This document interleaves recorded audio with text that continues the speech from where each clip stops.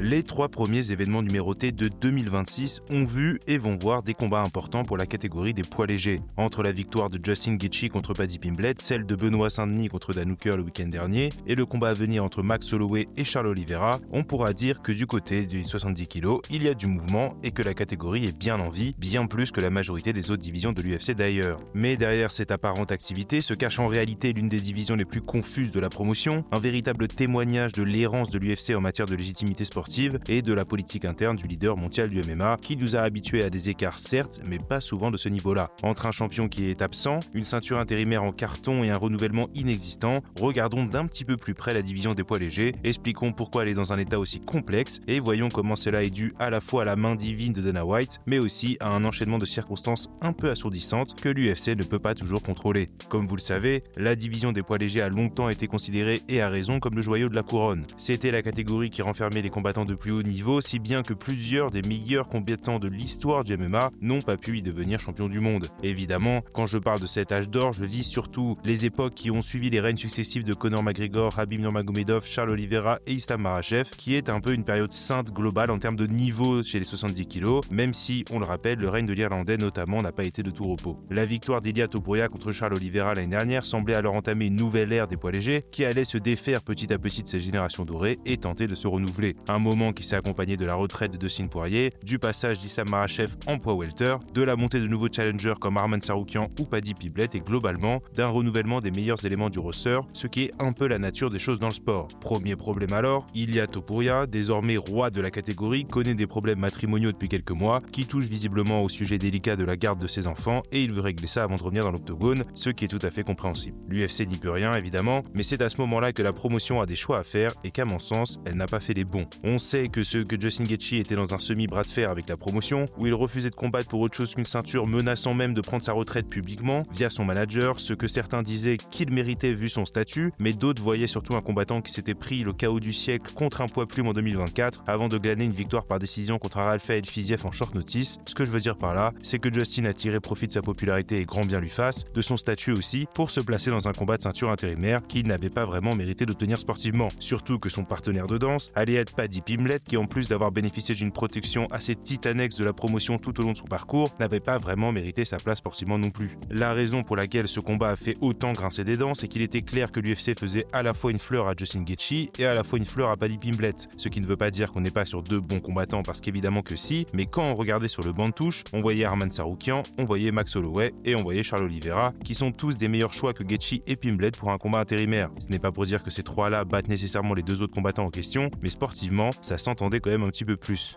Évidemment, on va rentrer dans la politique interne pour le cas de Tsarukyan parce qu'on sait qu'il est un petit peu puni par l'UFC, si on veut utiliser des termes enfantins pareils, depuis qu'il a annulé son combat contre Islam Makhachev la veille de l'UFC 311 et depuis qu'il a mis un coup de boule à Dan Hooker lors de la pesée officielle l'année dernière. L'une de ces instances est une blessure, l'autre est un moment d'une stupidité rare, surtout pour un combattant qui a des problèmes avec ses boss, et Arman semble si impopulaire auprès de l'UFC actuellement que Dana White n'essaye même pas de cacher son aversion personnelle envers lui. Mais la vraie interrogation, le vrai sujet, c'est bien sûr ce combat à venir entre Max Holloway et Charles Oliveira le 7 mars prochain, parce qu'on ne peut pas s'empêcher de regarder les deux hommes et de se dire que peut-être que la ceinture intérimaire aurait plus de sens dans ce combat-là. Après tout, Max Holloway a mis Justin KO en 2024, il vient tout juste de battre Dustin Poirier, et Charles Oliveira a certes perdu contre Ilia Topuria l'année dernière, mais il a aussi rebondi avec une superbe soumission contre Mateusz Gamrot quelques mois plus tard. En termes de statut, de prestige de combattant et de dynamisme de carrière, difficile de ne pas être un petit peu confus par les choix de la promotion. Et on sait que ce n'est pas uniquement sportif, on sait que l'UFC avait besoin d'une ceinture pour la première carte sur Paramount,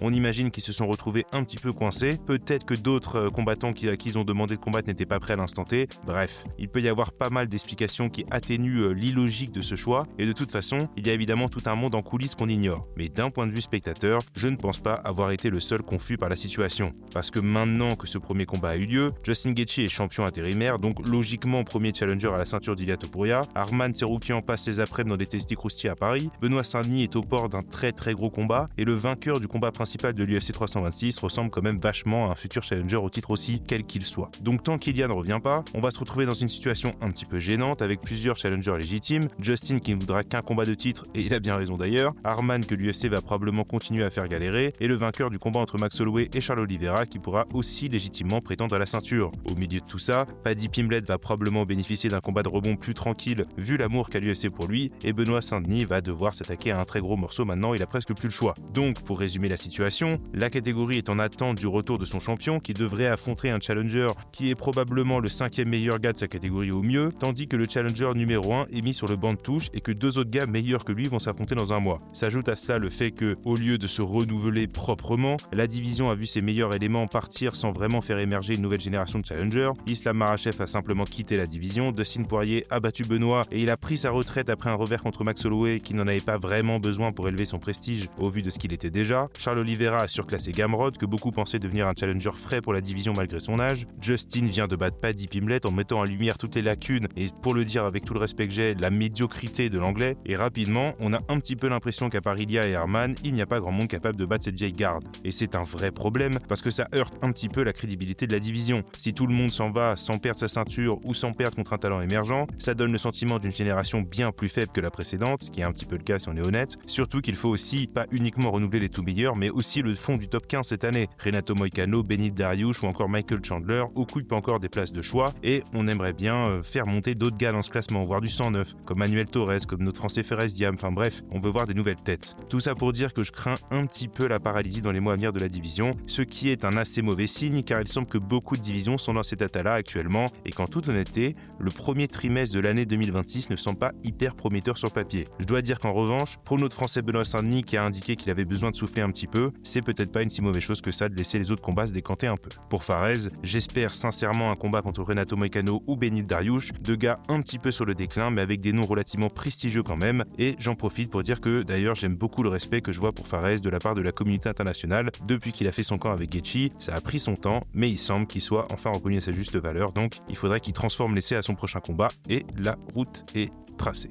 Voilà ce qui, je pense, de la situation des poids légers actuellement. Une division embourbée qui va avoir du mal à se décanter et dont le retour d'Ilia Topuria va sûrement mettre en lumière le fait que beaucoup de combattants de très haut niveau vont soit devoir commencer à s'affronter entre eux, soit attendre longtemps une chance à la ceinture. Je ne serais pas surpris que Benoît Saint-Denis affronte Arman Tsarukyan. Je ne serais pas surpris que le vainqueur de Charles Oliveira contre Max Holloway patiente pour affronter le vainqueur du combat entre Ilia Topuria et Justin Gaethje qui pourrait avoir lieu au milieu de l'année. Bref, on n'est pas prêt d'en voir le bout, mais il y a une situation qui a besoin de se décanter et on espère un petit peu que cette jeune garde va trouver un souffle et va réussir à un peu sortir les crocs, si j'ose dire. Et vous, que pensez-vous de la division des poids légers actuellement? Comment voyez-vous les choses se décanter? Quel match-up avez-vous envie de voir? Est-ce que vous êtes un peu inquiet ou est-ce que vous en avez rien à faire? C'est tout à fait possible aussi. N'hésitez pas à m'en parler dans les commentaires, à vous abonner pour ne rien rater. Et avant qu'on se quitte, j'aimerais vous parler d'un événement qui a lieu ce week-end. Donc là, j'enregistre la vidéo le week-end avant de partir. Je suis en Fight Week pour le Glory. Voilà, c'est le Glory 105 ou le Last Heavyweight Standing Finals. Donc c'est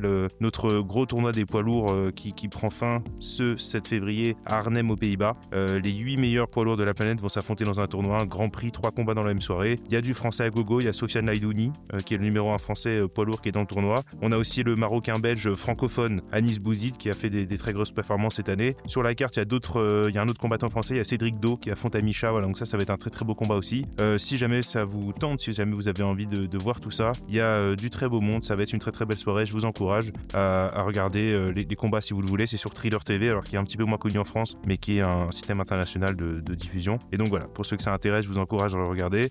Pour les autres, si ça vous intéresse pas, c'est pas bien grave, mais ça explique pourquoi j'ai des petites pauses de temps en temps. Voilà, j'ai beaucoup de travail. Quand il y a les Fight Week, ça me prend beaucoup de temps. Donc je vous fais cette vidéo un petit peu en avance et je reviendrai de fait la semaine prochaine. Je vous souhaite à tous et à toutes une bonne semaine, un bon week-end et on se reparle bientôt. Salut tout le monde.